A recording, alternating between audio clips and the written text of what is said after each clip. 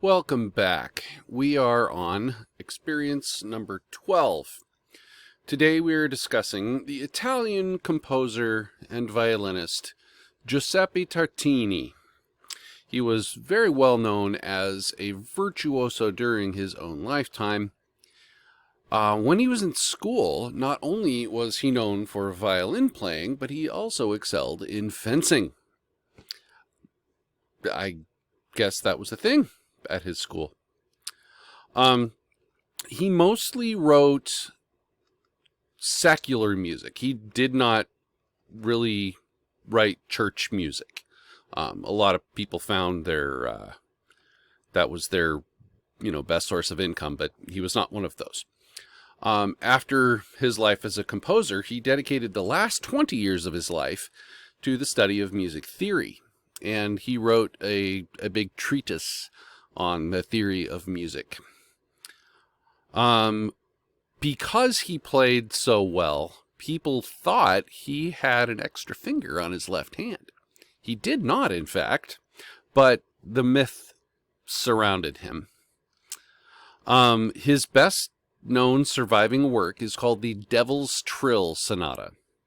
And kind of like Paganini, people thought he sold his soul to the devil so that he could have the musical skill that he has. Earlier in his life, 1710, he got married. However, his church bishop told him not to. So he went and hid out in Assisi for 4 years to get away from that. He wrote a grand total of 0 operas. That was not his bag. And what we're going to hear today, I'm only going to play the first movement for you. It's a typical Baroque concerto, and they featured a soloist with an orchestral accompaniment. Typically, they were written to feature a string player or a wind player, like recorder or flute, or, violin or cello, something like that. Not so much the keyboards, they came later. And a typical Baroque concerto would have 3 movements: fast, slow, fast.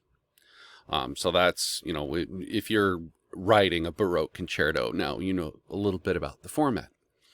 Okay, let's take a quick listen to his Concerto for Violin, Opus 1, number 6.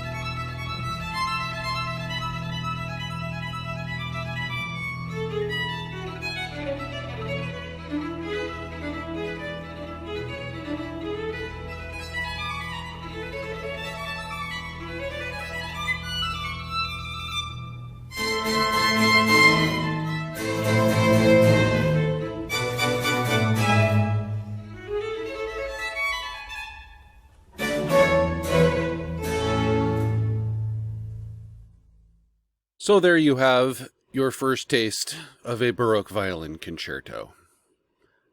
It's a lot of notes in one place. So next week we're going to look at another wonderful Baroque composer by the name of Antonio Vivaldi. Stay tuned for more.